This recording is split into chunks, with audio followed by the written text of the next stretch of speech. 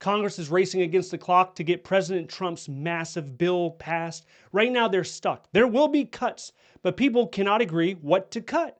And then we have the national debt ceiling that has to be increased. How will it impact you? Let's get into it. Republicans have just weeks to deliver Trump's big, beautiful bill. But with internal fights and a tight deadline, will they pull it off?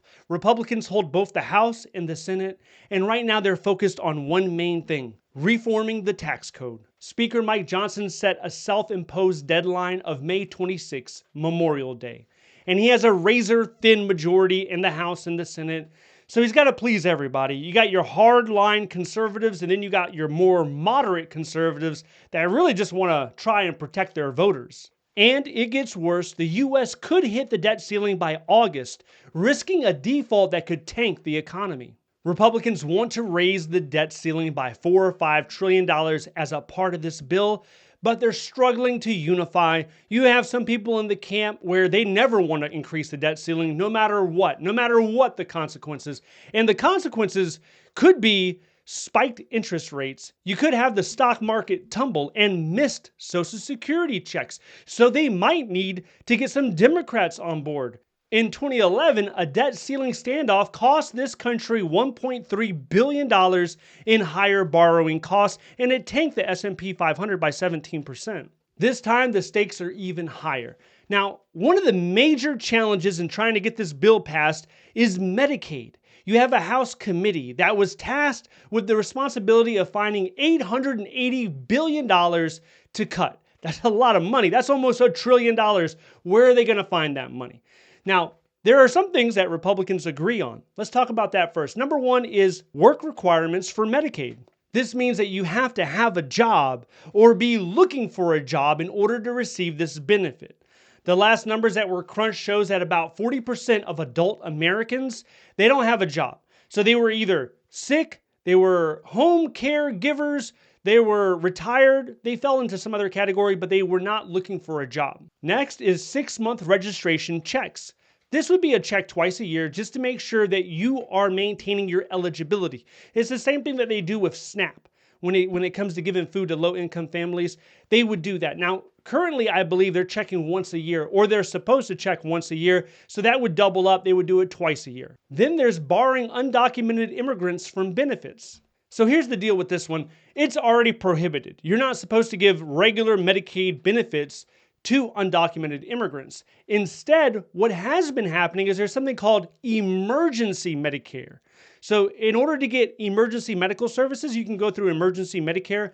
That has been extended to some undocumented immigrants, and it cost the country a little over $3 billion in 2023.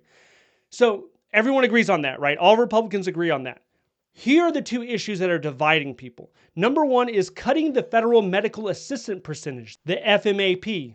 Moderates are saying that would be a deal breaker. Picture this, you're a low-income family in New York relying on Medicaid for your kids' doctor visits. This could limit how much the government spends per person, potentially cutting services. So Speaker Mike Johnson said FMAP cuts are off the table, and then you had a committee chair the next day saying that it's still alive. So there's definitely some mixed signals going on right here. Next up is the state and local tax deduction cap, or SALT. This one's a huge deal for high income tax states. So look at New York, New Jersey, California, pretty much where the Democrats largely live. Right now, you can only deduct $10,000 from your state or local taxes on your federal tax form.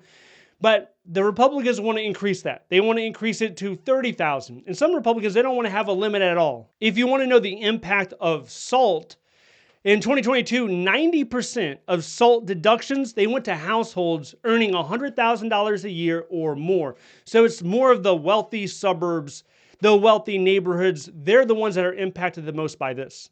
And raising the SALT cap could cost the government $100 billion or more over a decade. Okay, now let's talk about the debt ceiling. On May 9th, the Treasury Secretary sent a letter to Congress that warned Congress this country could be running out of borrowing authority by August. That's during the Congress's summer recess, so they need to take action now. They need to start thinking about it and get something passed now. A default would be absolutely horrible for this economy. Republicans want to raise the debt ceiling by $4 to $5 trillion as part of this bill. That should be enough to cover the government for at least the next couple of years. Now, will this country default on its debt? If history is any indication, then no. We have never fully defaulted on our debt.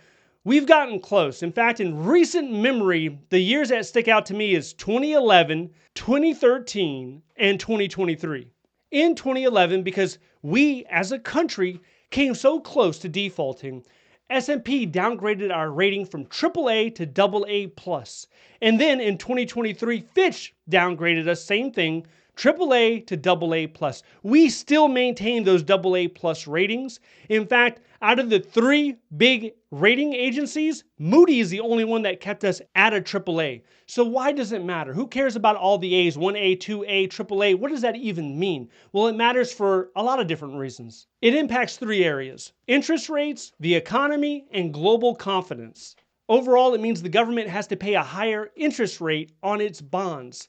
So when it's borrowing money, it has to pay more. Those bond rates, they influence pretty much everything else from auto loans, educational loans, mortgages, you name it. So it's like a domino effect in a very bad way.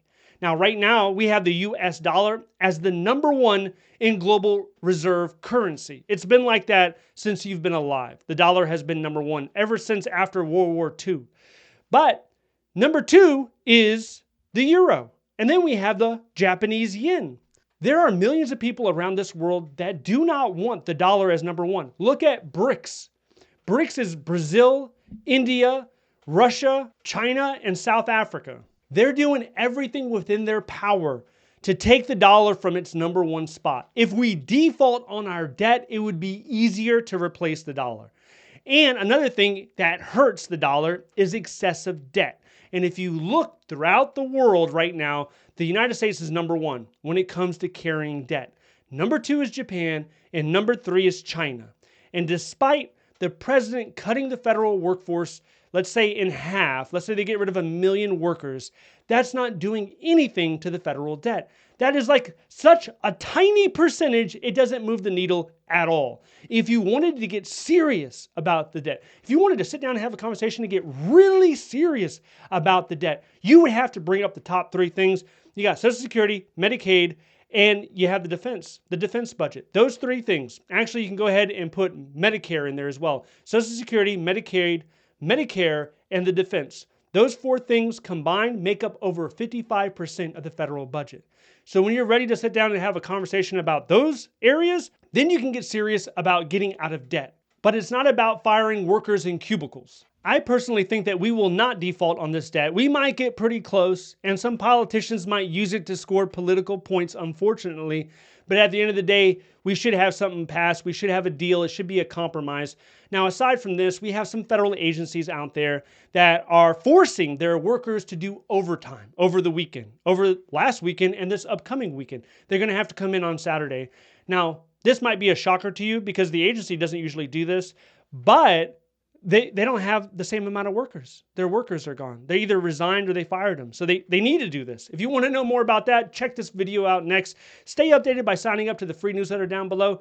Thank you so much for watching. I'll see you in the next one.